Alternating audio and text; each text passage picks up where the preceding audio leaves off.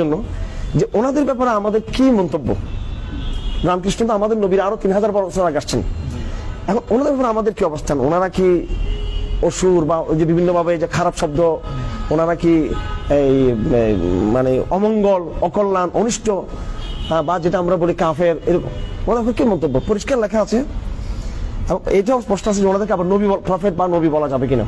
তো উত্তরে এভাবে আমাদেরকে শিক্ষা দেওয়া হয়েছে কেন যে রাম এবং কৃষ্ণ ওনারা নবী হতে পারেন, নাও হতে পারেন, প্রফেট। কারণ আমাদের নবীজি তিনি বলেছেন যে আমি আসলে আমার আগে 1000 বছরে যে লক্ষ নবী আসছেন তাদেরই ধারাবাহিকতা আমি। তো লক্ষ নবীর মধ্যে রাম একজন হতে পারেন, কৃষ্ণ একজন হতে পারেন, হ্যাঁ, জরথুস্ট উনি হতে পারেন।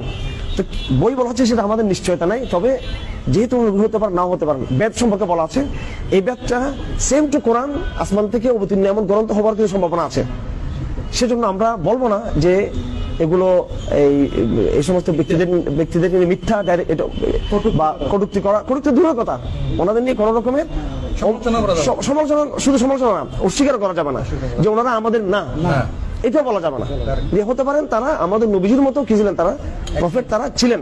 বাকি যেহেতু আমরা স্পষ্ট নামটা উল্লেখ নেই, কোরআন কারীমে আছে যে কিছু নবীদের নাম আমি উল্লেখ করেছি কিন্তু বহু নবীর নাম আমি উল্লেখ করি নাই।